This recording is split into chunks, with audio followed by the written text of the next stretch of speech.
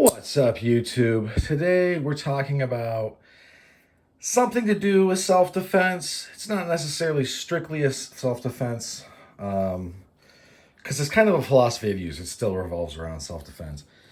But I've been noticing, I got another recently braceless, 3.5, as he calls them, from Stray Cat Knives, and so I've been carrying this one quite a bit since I got it, and I've noticed, because sometimes like I'm running to the gym, so I'm not, and I'm like the kind of gym runs where you're getting dressed at home and then you're going, so you don't have to take a bag.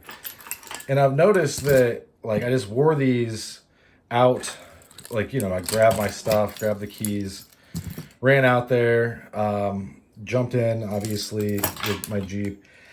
And it really struck me just how easy it is to have stuff in your hands and have still pretty good functionality.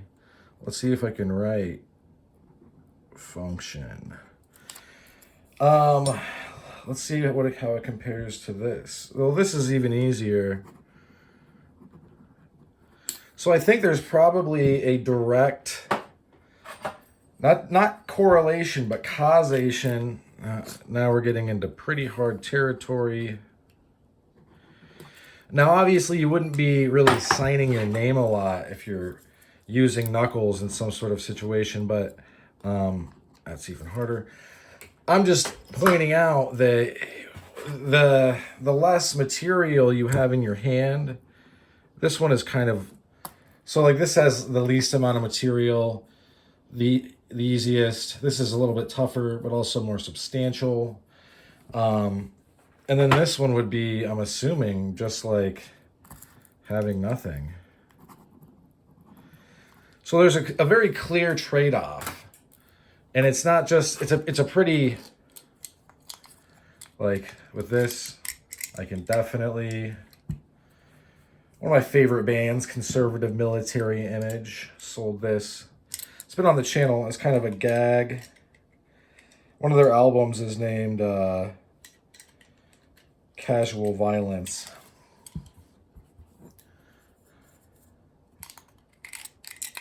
So this is still pretty easy to use.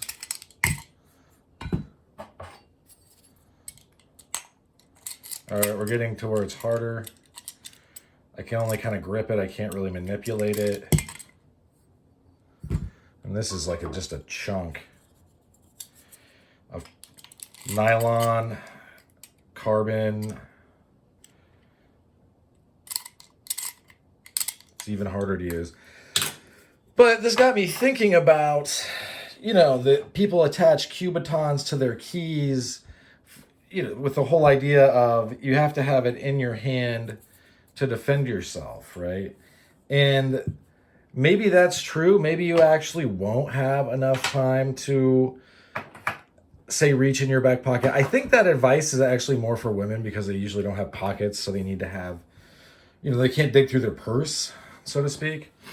I don't know if for guys it's exactly a 1-to-1, but I will say if I was in a spot where I was worried about some sort of imminent confrontation, that I'm going to have to legally defend myself, possibly, or, you don't know what's going to happen. Maybe there's a crackhead and they're acting very erratically without threatening anybody, because that would be illegal. You could really easily like just have these in your hand, like holding your stuff, or, put your hand in your jacket pocket or something. I'm just saying that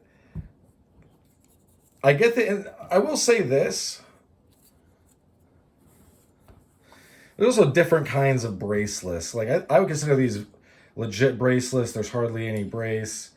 Kind of like the RMJ. I think it's RMJ. That one that was the hot dog that I have. It's been on the channel. Sorry this is moving so much. I'm just going to have to get another here soon. There we go.